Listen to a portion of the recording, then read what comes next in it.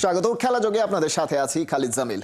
আরব আমিরাতের বিপক্ষে সিরিজে কোনো ম্যাচ না খেলা সৌম্য ইনজুরির কারণে ছিটকে গেছেন পাকিস্তান সফর থেকে। যে মিরাজকে বোলিংয়ে অকার্যকর বলা হয়েছিল তাকেই পাকিস্তান সফরে দলে সৌম্যর বদলি হিসেবে অন্তর্ভুক্ত করা হলো। আমিরাতের বিপক্ষে সিরিজ হারার পর বিসিবির পরিকল্পনা আর সিলেকশন প্রসেস আবারও প্রশ্নবিদ্ধ। কেন এই ভরাডুবি সেটা নিয়ে উঠছে স্পষ্ট প্রশ্ন। নাহিয়ান বিন জসিম জানাচ্ছেন বিস্তারিত। আমার মনে হয় না টি-20-তে আমি ওকে যে কোনো সময় একটা বল দিতে পারবো যা বোলিং করে। হ্যাঁ, টি-20 ফর্মেটের সেরা খেলা ছিল বিপিএল, সেটা এক জিনিস। এখানে সেরা খেলোয়াড় কি এটা আমি জানি না। আমরা যখনই ক্রিটিসাইজ করছি either coaches or the players. Bangladesh cricket আসলে কোন ব্র্যান্ড অফ ক্রিকেট খেলতে চায় এই জিনিসটা players, management, the board, everybody should know. বাংলার ক্রিকেট আকাশে দুর্যোগের ঘন ঘটা, কে দিবে আশা, কে দিবে ভরসা, চারপাশে শুধুই সমালোচনা। ম্যাচ হারার পর বাজেভাবে হারাচ্ছেন মেজাজটাও, কিন্তু তাতে কি কাটবে দুরবস্থা? আইসিসির সহযোগী দেশ আরব আমিরাতের বিপক্ষে হেরে যাওয়ার কি আছে কোনো ব্যাখ্যা? টি-20তে টাইগারদের এমন হতশ্রী পারফরমেন্স অবশ্য নতুন কিছু না। ভারতে গেল অক্টোবরে টাইগারদের বাজে পারফরমেন্সের পর তামিম ইকবাল বলেছিলেন কোথায় আসলে সমস্যা। বেশি বলবো না যে ইন্টারন্যাশনালি আমি নিজেও খুব বড় সাকসেস কোনো কিছু ছিলাম অ্যাজ আ প্লেয়ার টি-20তে, বাট আমার কাছে যেটা দেখে মনে হয় ওভার দ্য ইয়ার্স বাংলাদেশ টিমের একটা ক্যারেক্টার ইজ ভেরি ইম্পর্টেন্ট। অথবা বাংলাদেশ ক্রিকেট আসলে কোন ব্র্যান্ড অফ ক্রিকেট খেলতে চায় এই জিনিসটা players, management, the board, everybody should know যে কোন ব্র্যান্ড অফ ক্রিকেট খেলতে চায়। এখন যদি আপনি দেখেন ইংল্যান্ড টিমের কিন্তু একটা ক্যারেক্টার আছে, আমরা সবাই জানি যে ফ্রম ওয়ান টু লাস্ট সবাই অ্যাটাক করে, ঠিক আছে। Pakistan team has a different character. Pakistan team চিন্তা করে বাই ওদের খেলা দেখে মনে হয় যে লেটস সে ওরা 160 to 170 যদি করতে পারে, because they have the bowling, they will defend. So Bangladesh টিমের ওই ক্যারেক্টারটা হওয়া ইজ ভেরি ইম্পর্টেন্ট, যে বাংলাদেশ টিমের সবাই ডিসাইড করতে হবে যে আমরা আসলে কোন ধরনের ক্রিকেট খেলতে চাই। ওয়েদার আমাদের প্রতি ম্যাচে 180 করতে হবে বা 190 করতে হবে ম্যাচ জেতার জন্য, না আমরা 160-65 করবো regularly, because we have a good bowling attack, at least we will compete or we will have a chance. So এই জিনিসটা বোঝা ইজ ভেরি ইম্পর্টেন্ট। এই মেসেজটা সবাইকে দেওয়া ইজ ভেরি ইম্পর্টেন্ট। তামিমের এই মন্তব্যের পর কেটে গেছে 8 মাস, কিন্তু এখনো কাটেনি সেই জগা খিচুড়ি অবস্থা। টি-20তে কোন ব্র্যান্ডের ক্রিকেট খেলা দরকার সেটা ঠিক করতে পারেনি টাইগাররা। ম্যাচ হেরে গেলেই ক্রিকেটারদের মুন্ডুপাত। দোষটা কি শুধুই ক্রিকেটারদের, নাকি বিসিবিরও আছে দায়? সিলেকশন প্রসেস তো রীতিমতো প্রশ্নবিদ্ধ। তরতাজা উদাহরণ পিএসএল খেলতে যাওয়া মেহেদী হাসান মিরাজের পাকিস্তান সফরের দলে ইনক্লুশন, যাকে বিপিএল সেরা ক্রিকেটার হবার পরও প্রথমে দলে করা হয়নি অন্তর্ভুক্ত। সৌম্যর ইনজুরিতে ডাক পেয়েছেন, অথচ একদিন আগেও ক্রিক অপস চেয়ারম্যান বুঝাতে চেয়েছিলেন মিরাজ টি-20তে অকার্যকর। একজন ক্রিকেটারকে নিয়ে বিসিবির এমন ডাবল স্ট্যান্ডার্ড আচরণ রীতিমতো হাস্যকর। চোখে আঙ্গুল দিয়ে বুঝিয়ে দেয় পরিকল্পনা আর সিদ্ধান্ত গ্রহণে আছে বড় ধরনের গলদ। বাকি দুই ফরম্যাটে দুর্দান্ত ফর্মে থাকা একজন ক্রিকেটারকে নিয়ে বিসিবির দায়িত্বশীলদের এমন মন্তব্য নিঃসন্দেহে জন্ম দেয় বিতর্ক। নষ্ট হতে পারে ওই ক্রিকেটারের আত্মবিশ্বাসও। আমার মনে হয় না টি-20-তে আমি ওকে যে কোনো সময় একটা বল দিতে পারবো যা বোলিং করে। I don't think so. হ্যাঁ, টি-20 ফর্মেটের সেরা খেলা ছিল বিপিএল, সেটা এক জিনিস। এখানে সেরা খেলোয়াড় কি এটা আমি জানি না। আমরা যখনই ক্রিটিসাইজ করছি either coaches or the players, ঠিক আছে। ক্রিকেট বোর্ডেরও কিন্তু একটা ভিশন থাকতে হবে যে ওর টিমকে, এই টিমকে, বাংলাদেশ টিমকে নেক্সট 2 বছর 3 বছর পর কোন জায়গায় দেখতে চায়। ক্রিকেট বোর্ডের যদি কোনো ভিশন না থাকবে, আর যদি খালি প্লেয়ার আর কোচেরই ভিশন থাকবে, তাহলে কিন্তু আপনারা কোনো দিন এটাতে সাকসেসফুল হবেন না। বিসিবিতে যারা এখন দায়িত্বে আছেন তাদের ভিশনটা কি? নাহিয়ান বিন জসিম, ৭১। বড় এক অশনি সংকেত বাংলাদেশের ক্রিকেটে। এমন মন্তব্য করে সাবেক অধিনায়ক খালেদ মাসুদ পাইলট বলছেন জাতীয় দল কিংবা পাইপলাইনে নাই কোয়ালিটি খেলোয়াড়। বিসিবির স্বচ্ছ পরিকল্পনার অভাব আর ক্রিকেটারদের ঘাটতি দেখছেন তিনি। আরব আমিরাতের এমন দাপট হজম করাটাই কঠিন সাবেকদের। সাইফুল রূপকের রিপোর্টে বিস্তারিত। কোয়ালিটি প্লেয়ারের অভাব। এই সিরিজ বলে না, বাংলাদেশ টিমের ক্রিকেটের জন্য সতর্কবার্তা। শুধু কি সতর্কবার্তা, এ তো 10 নম্বর বিপদ সংকেত। যেন একটা বড় ঝড় ধেয়ে আসছে। বাংলার ক্রিকেটকে কি লন্ডভন্ড করে দেবে? দেশে বিদেশে তুলনামূলক দুর্বল দলের বিপক্ষে একের পর এক অসহায় আত্মসমর্পণ। টাইগারদের অস্তিত্ব কি টিকে থাকবে? বোর্ডের নড়বড়ে পরিকল্পনা আর কোয়ালিটি ক্রিকেটারের ঘাটতি দেখে বেশ হতাশ সাবেক অধিনায়ক খালেদ মাসুদ পাইলট। বাংলাদেশ টিম এইখানে 3টা ম্যাচেই কিন্তু জিতা উচিত ছিল, ডমিনেট করা উচিত ছিল বাংলাদেশ টিমের। ফিল্ডিং যদি দেখেন, সেকেন্ড ম্যাচে যেভাবে আমরা ফিল্ডিং করেছি, এতগুলো ক্যাচ ছেড়েছি, ফিল্ডিং মিস করেছি, বোলিংয়ে কোনো ভ্যারিয়েশন নাই। টি20-র জন্য যে ভ্যারিয়েশন লাগে, একটা টেস্ট প্লেয়িং কান্ট্রির যে জিনিসগুলো হওয়া ছিল সেগুলো কিন্তু হয় নাই। কালচার নষ্ট হলে কিন্তু আলটিমেটলি নিচে দিকে যাবেন। কোয়ালিটি প্লেয়ারের অভাব। আপনি যদি দেখেন যে কোয়ালিটি প্লেয়ার ভালো রেগুলার ধারাবাহিকভাবে রান করবে, সেগুলো কিন্তু নাই। ঘুরে ফিরে কিন্তু যারা পারফর্ম করছে না, আবার হয়তো 2টা ট্যুর বা একটা ট্যুরের পরে আবার এসে ব্যাক করছে। তো কোয়ালিটি পারফর্মার নাই বলেই কিন্তু আলটিমেটলি আপনি যে কোনো টিমের সাথে আপনি অনেক সময় ছোট ছোট দলগুলোর কাছে হেরে যাচ্ছেন। আরব আমিরাতের ক্রিকেটারদের হাতে সিরিজের ট্রফি, এটাই তো বাংলার ক্রিকেটের সবচেয়ে বড় মাইনাস পয়েন্ট। এর মধ্যে সেলিব্রেশনের সময় নাগিন ড্যান্স, শান্ত লিটনরা কোথায় মুখ লুকাবে? গেল বছর যুক্তরাষ্ট্রের বিপক্ষেও টি20 সিরিজ 2-1 হেরেছিল বাংলাদেশ। সবাই সামনে আগায়, টাইগাররা যেন ছুটে উল্টো পথে, লজ্জায় ডুবে। ইউএই টিম আমার কাছে মনে হয় না যে এত ফ্যাসিলিটিস দিয়ে তারা ক্রিকেট খেলে। তাদের মধ্যে মানসিকতা ছিল যে বাংলাদেশকে হয়তো হারাবো, এবং আপনি যদি দেখেন যে তারা কিন্তু বেটার ক্রিকেট খেলেছে আমার কাছে মনে হয়। In the field, of the field, মাঠের বাইরেও কিন্তু ম্যানেজমেন্টের অনেক বড় দায়িত্বগুলো আছে। সেই দায়িত্বগুলোতেও কিন্তু ভালো কোয়ালিটি পেশাদারিত্বের পরিচয় দেখা যাচ্ছে না। তো মাঠের পারফরমেন্স তো প্লেয়ারদের কাছ থেকেও ঠিকভাবে আসছে না। তো আমি মনে করি অবশ্যই অ্যালার্মিং, এবং এখন থেকেই আমার কাছে মনে হয় যে অনেক লেট, তারপরে বলবো যে ঘুরে ব্যাক করা উচিত। বিকজ বাংলাদেশের ক্রিকেটটা একটা ব্র্যান্ড, বাংলাদেশের মানুষ এখানে অনেক, এটা হৃদয়ের একটা জায়গা। ভালো কাজ করতে হবে যারা বিশেষ করে যারা ম্যানেজমেন্ট আছেন, আমি মনে করি ক্রিকেটে বেশি মনোযোগ দেওয়া উচিত। পঞ্চপাণ্ডবের বিদায়, সাবেক ক্রিকেটার ও এক্সপার্টদের মতে পরের ব্যাচগুলোতে নেই সাকিব তামিমদের অর্ধেক কোয়ালিটির খেলোয়াড়ও। তবে কি আসছে দিনে কালে ভদ্রেই মিলবে জয়ের দেখা? বছর জুড়েই থাকবে হতাশা? এজন্য অশনি সংকেত বাংলাদেশের ক্রিকেটে। সাইফুর রূপক, ৭১। জিম্বাবুয়ে ক্রিকেটের জন্য আজকের দিনটা অন্যরকম। 22 বছর পর তারা ইংল্যান্ডের মাঠে নেমেছে টেস্ট খেলতে। তবে আর 10টা টেস্টের সাথে এর আছে বিস্তর ফারাক। প্রতিপক্ষের শক্তিমত্তা থেকে শুরু করে খেলার নিয়ম কানুন সবকিছুতেই পরিবর্তন। তাই নটিংহ্যামে শুরু হওয়া এই ম্যাচটা দেখতে বসলে অনেক হিসেবই মিলবে না আপনার। রিপোর্টে বিস্তারিত। তখন তোমার 21 বছর বোধ হয়। গানটা মনে আছে? স্মৃতির ভেলায় চড়ে আরও একটা বছর, অর্থাৎ 22 বছর পেছনে যাওয়া যাক। ক্রিকেটের গল্পটা ছিল অন্যরকম। 2003 সালে চেস্টারলি স্ট্রিট স্টেডিয়ামের বাইরে ব্যানার হাতে প্রতিবাদ করছেন জিম্বাবুয়ের কিছু মানুষ।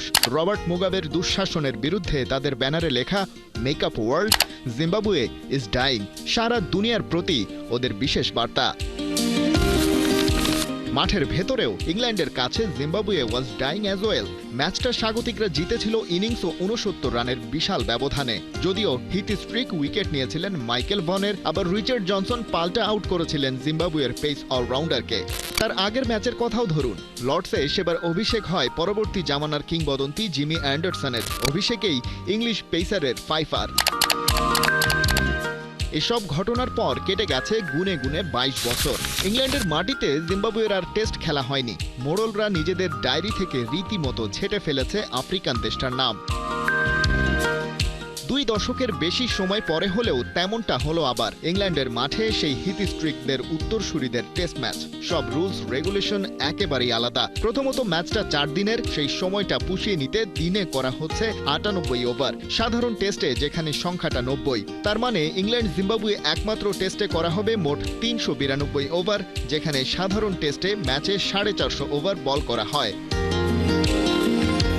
ম্যাচ ডিউরেশন 6 ঘন্টা থেকে বাড়ানো হয়েছে 30 মিনিট। তবে নির্ধারিত ওভার এই সময় শেষ না হলে বাড়ানো যাবে আরও আধ ঘন্টা। আন্ডারডগ জিম্বাবুয়ের জন্য সুবিধা আছে, ফলো অন মার্জিন 200 জায়গায় 150 রান করা হয়েছে। তবে নতুন বলের রুলসটা একই, নেওয়া যাবে 80 ওভার পরেই। এমন ঘটনা এবারই যে প্রথম তা নয়। এর আগে আয়ারল্যান্ডের বিপক্ষে এমন 4-ডে ম্যাচ খেলেছিল ইংল্যান্ড। 2023 সালের সেই লড়াইয়ে অবশ্য দিনে 90 ওভারও বল করা যায়নি, আর ম্যাচ শেষ হয়ে যায় 3 দিনের মাথায়। নটিংহ্যামে জিম্বাবুয়ের বিপক্ষে ম্যাচ দিয়ে নিজেদের ওয়ার্ল্ড টেস্ট চ্যাম্পিয়নশিপের নতুন সাইকেল শুরু করলো ইংলিশরা। যেখানে দলের নেতৃত্বে আছেন বেন স্টোকস, ক্যাপ্টেন অভিজ্ঞ হিসেবে পাচ্ছেন বেন ডাকেট, অলি পোপ আর হ্যারি ব্রুকের মতো ক্রিকেটারকে। তবে নিজেদের নতুন প্রজন্মকেও এই সুযোগে বাজিয়ে দেখতে চায় তারা। প্রথমবার ইংল্যান্ডের টেস্ট দলে ডাক পেয়েছেন দারুণ একটা কাউন্টি সিজন কাটিয়ে আসা স্যাম কুক। 2023 অ্যাশেজ অ্যাপিয়ারেন্সের পর নটিংহ্যামশায়ারের ঘরের ছেলে জশ টাং ফিরেছেন। জেমস রিউ, শোয়াইব বশির আর জেমি স্মিথের মতো প্রমিজিং ইয়াংস্টাররা তো আছেই। ওদিকে জিম্বাবুয়ের ঘরে সিকান্দার রাজাদের নেতৃত্ব দিচ্ছেন ক্রেইগ আরভিন, তাদের সাথে শন উইলিয়ামস, ব্লেজিং মুজারাবানির মতো ক্রিকেটাররা। এমন একটা ম্যাচ যেটা নামার আগেই তৈরি হয়ে গেছে ইতিহাস। পরের টেস্ট ইংল্যান্ডের মাঠে খেলতে ফের কত সময় লাগবে কে জানে। খালিদ জামিল, ৭১। কানাডিয়ান চ্যাম্পিয়নশিপে আবারও স্পটলাইটে সমিত সোম। তবে গোলের টাফ চান্সকে কাজে লাগাতে না পারায় এবার ড্র নিয়েই মাঠ ছাড়লেন বাংলাদেশের এই তারকা। কোয়ার্টার ফাইনালের ফার্স্ট লেগে ভ্যাঙ্কুভার এফসির সাথে ১-১ গোলে ড্র করেছে ক্যাভালরি এফসি। বিস্তারিত পার্থ বণিকের রিপোর্টে। কানাডার দক্ষিণ পশ্চিমের শহর ল্যাংলে সন্ধ্যা ৭টাতেও সূর্যের আলোতে ঝলমলে উইলোবাই কমিউনিটি পার্ক স্টেডিয়াম, যেখানে দিনের আলোর মতোই শুরুতে উজ্জ্বল বাংলাদেশি তারকা সমিত সোম। ভ্যাঙ্কুভার এফসির বিপক্ষে ম্যাচের তখন ৬ষ্ঠ মিনিট, ডান প্রান্ত দিয়ে ক্যাভালরি ফরওয়ার্ড আলী মুজির পাসে বল পেয়ে যান সমিত। সামনে কেবল এক ডিফেন্ডার আর কিপার। টাফ চান্স আর পাসিং অপশন না থাকায় শট নেন সমিত, বাট ব্যাড লাক, সেই শট ক্লিয়ার হয় কিপারের গায়ে লেগে। কানাডিয়ান চ্যাম্পিয়নশিপে ভ্যাঙ্কুভার আর ক্যাভালরির কোয়ার্টার ফাইনালের ফার্স্ট লেগ এভাবেই উত্তেজনা ছড়িয়েছে। ম্যাচের শুরুতেই চোখ ছিল সমিত সোমের দিকে। প্রিলিমিনারি রাউন্ডে ক্যাপ্টেন্সির আর্মব্যান্ড পরে যিনি দলকে জিতিয়েছিলেন ৬-০ ব্যবধানে। প্রশ্ন, এবারও কি পারবেন তার রিপিটেশন দেখাতে? ম্যাচের শুরু থেকেই ক্যাভালরির কঠিন পরীক্ষা নেওয়া শুরু করে ভ্যাঙ্কুভার। একের পর এক অ্যাটাক আটকাতে ব্যস্ত হয়ে পড়ে ক্যাভালরির ডিফেন্স লাইন। এরই মাঝে ৪১ মিনিটে সেই অঘটন ঘটেই গেল। ডেভিড নরম্যানের গোলে লিড পায় ভ্যাঙ্কুভার। ম্যাচে এর পরেরটা শুধুই ক্যাভালরির কামব্যাকের লড়াই, কিন্তু এই লড়াইয়ে সমিত মাঠে ছিলেন ম্যাচের ৭৭ মিনিট পর্যন্ত। সমিত মাঠ ছাড়ার ৭ মিনিট বাদে ক্যাভালরিকে সমতায় ফেরান দলটির জার্মান ফরওয়ার্ড ওয়ারশিউস্কি, যার মধ্য দিয়ে হার এড়িয়ে ড্র নিয়েই মাঠ ছাড়েন সমিত সোমরা। এই ম্যাচে রেটিং অবশ্য সমিত সোমের পক্ষে কথা বলেনি। 6.7 রেটিং পয়েন্ট তার নামের পাশে। তবে কে জানে, হয়তো সোমবার প্রিমিয়ার লিগে ভ্যালোরের বিপক্ষেই জ্বলে উঠবেন এই বাংলাদেশ তারকা। পার্থ বণিক, ৭১। ৪০ নয় রোনালদোর আসল বয়স ২৮ বছর ৯ মাস। একটি নয় CR7 খেলবেন কমপক্ষে আরও ২টা বিশ্বকাপ। ১০ বছর পর নেবেন অবসর। ক্রিস্টিয়ানো রোনালদোর ফিটনেস জানান দিচ্ছে এমনটাই। যুক্তরাষ্ট্রের প্রযুক্তি পণ্য নির্মাতা প্রতিষ্ঠান হুপের একটি পডকাস্টে উঠে আসে এসব কথা। কোহিনুর কর্ণের রিপোর্টে বিস্তারিত। সেই একই এনার্জি, সেলিব্রেশনের সেই পুরনো ঢং। ২০০৩ থেকে ২০২৫, ১৮ রোনালদোর সাথে ৪০ রোনালদো, ফারাকটা কই? আজকাল রোনালদো স্কোর করলে লোকের মুখে একটাই কথা, বুড়ো হারের ভেলকি দেখলো পুরো দুনিয়া। না বলে উপায় কি? দেখতে দেখতে বয়সটা যে ৪০ বছর ৩ মাস ১৭ দিন। আর কতদিন মাতাবেন এই সবুজ গালিচা? এই যখন প্রশ্ন, তখন বাস্তবতা বলছে ৪০ নয়, CR7 এর বয়স মোটে ২৮ বছর। মানুষের বয়স মূলত দুটি। একজন ব্যক্তি জন্মের পর থেকে যে কটি বছর পার করেন সেটাকে বলা হয় ক্রোনোলজিক্যাল এইজ, আর অন্যটিকে বলে বায়োলজিক্যাল এইজ। দেহের বিভিন্ন অঙ্গ প্রত্যঙ্গের কার্যক্ষমতার উপর নির্ভর করে এই বয়স। আর সেই বিবেচনাতে রোনালদোর বয়স দাঁড়িয়েছে ২৮ বছর ৯ মাস। ক্রোনোলজিক্যাল বয়স থেকে যা ১১ বছর কম। যুক্তরাষ্ট্রের প্রযুক্তিপণ্য নির্মাতা প্রতিষ্ঠান হুপের একটি পডকাস্টে হাজির হয়েছিলেন ক্রিস্টিয়ানো রোনালদো। সেখানেই জানা যায় পর্তুগিজ সুপারস্টারের এই নয়া বয়সের কথা। হুপের বিভিন্ন হেলথ মনিটরিং ডিভাইস দিয়ে রোনালদোর শারীরবৃত্তীয় তথ্য বিশ্লেষণ করা হয়, যেমন তার হৃদস্পন্দনের গতির ওঠানামা। এখান থেকে পাওয়া তথ্য ব্যবহার করা হয় তার পরিশ্রম, বিশ্রাম আর ঘুমের বিভিন্ন তথ্য নির্ণয়ে। সব বিবেচনায় রোনালদোর বয়সের স্কোর দাঁড়ায় ২৮.৯, যা দেখে CR7 নিজেই অবাক হয়ে যান। জানান এই ফিটনেস নিয়েই আরও ১০ বছর খেলে যেতে চান ফুটবল। হুপের ডিভাইস থেকে রোনালদো নিজের ঘুম, পরিশ্রম, চাপ, বিশ্রাম সহ প্রায় ১৪০টিরও বেশি ফিজিওলজিক্যাল ডাটা পেয়ে থাকেন, যা থেকে নিশ্চিত হতে পারেন কোন বিষয়টি তার পারফরমেন্সের সবচেয়ে বেশি প্রভাব ফেলছে আর কোন বিষয়টির দিকে তার নজর রাখতে হবে। আর সেভাবেই প্রতিনিয়ত নিজেকে প্রস্তুত করেন CR7। নিজের ফিটনেস দেখে মজার ছলে রোনালদো বলেছেন 2035 সাল পর্যন্ত খেলতে চান। এদিকে ক্লাব আর জাতীয় দল মিলিয়ে 1000 গোলের মাইলফলক ছুঁতে যাওয়া সুপারস্টারের চাই মোটে 65 গোল। আপাতত সংখ্যাটা 935 অ্যান্ড ইটস কাউন্টিং। কোহিনুর কণা, 71। আর হচ্ছে ট্রফিলেস সিজন পার করছে সৌদি প্রে লিগের ক্রিস্টিয়ানো রোনালদোর ক্লাব আল নাসর। লিগে ভরাডুবি তো আছেই, কোয়ালিফাই করতে পারেনি এফসি চ্যাম্পিয়ন্স লিগেও। এদিকে মার্কার দাবি ক্লাব বিশ্বকাপে সামনে রেখে রোনালদোকে দলে ভেড়াতে চায় মরক্কন ক্লাব হুইদাদ। বিস্তারিত থাকছে রায়ান আহমেদের রিপোর্টে। এমনই এক রাত, বলটা যেন জালে ঢুকতেই চাচ্ছিল না, শেষমেশ বুম, গোল। সৌদি প্রো লিগে আল খালিজের বিপক্ষে আল নাসরের জয় পাওয়ার দিনে ফার্স্ট পেনাল্টি মিস করলেও সেকেন্ড পেনাল্টিতে ঠিকই স্কোর করেন ক্রিস্টিয়ানো রোনালদো। তারপর নিজের স্বস্তির কথা সোশ্যাল মিডিয়া পোস্টে জানিয়েছেন এভাবেই। যদিও স্বস্তিতে নেই তার দল আল নাসর, আর সে অস্বস্তির চোরাকাটা বিচ্ছে CR7 এর মনেও। আর সে কারণেই নাকি এবার সৌদি লিগ ছাড়তে পারেন এই পর্তুগিজ সুপারস্টার।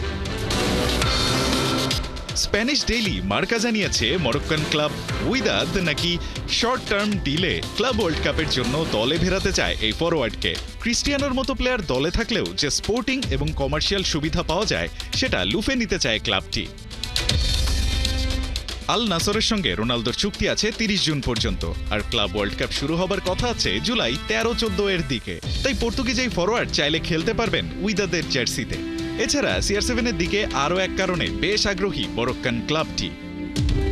মূলত ক্লাব ওয়ার্ল্ড কাপে উইদাদের প্রতিপক্ষ দলগুলোর মধ্যে আছে ম্যানচেস্টার সিটি, ইউভেন্টাস এবং আল আইনের মতো শক্তিশালী ক্লাবের নাম। তাই স্বাভাবিকভাবেই পুচকে দলটি চাইবে তাদের ফরওয়ার্ডে রোনালদোর মতো ডিসাইসিভ ফুটবলারকে। তবে প্রশ্ন হলো, এই মুহূর্তে ক্রিস্টিয়ানোর সৌদি ছাড়ার সম্ভাবনা কতটুকু? চলুন সে উত্তরটাই খোঁজা যাক। সৌদি প্রো লিগে এ সিজনেও প্রচুর গোল পেয়েছেন পর্তুগিজ সুপারস্টার, তবে তার দল আল নাসর আছে বেশ বিপাকে। ক্রিস্টিয়ানোর মাপের ফুটবলার দলে থাকার পরেও এ সিজন ট্রফিলেস কাটাচ্ছে তার দল। শুধু তাই না, ওদের অসময়ের দৈর্ঘ্য আরও বাড়িয়েছে এএফসি চ্যাম্পিয়ন্স লিগে কোয়ালিফাই করতে না পারার ব্যাপারটা। সব মিলিয়ে তাই এই সামারেই নতুন দল খুঁজতে পারেন রোনালদো। আল হুইদাদ তো বটেই, ক্লাব ওয়ার্ল্ড কাপকে সামনে রেখে তাকে দলে পেতে চায় ব্রাজিলের ক্লাব বোতাফোগো। এর বাইরে ক্রিস্টিয়ানোর ছেলেবেলার ক্লাব স্পোর্টিং সিপিও চায় এই ফরওয়ার্ড তার ক্যারিয়ারের শেষটা টানুক তাদের ক্লাবে। সব মিলিয়ে রোনালদোর সৌদি ছাড়ার খবর এই মুহূর্তে শুধু গুঞ্জন নয়, বরং বাস্তবতার মাপকাঠিতেও প্রাসঙ্গিকই বটে। রায়ান আহমেদ, 71। এই ছিল এখনকার খেলা যোগে সরাসরি সংবাদ অনুষ্ঠান দেখতে চোখ রাখুন 71-এর ফেসবুক পেজে এবং সাবস্ক্রাইব করুন 71-এর ইউটিউব চ্যানেল। 71-এর সাথেই থাকুন।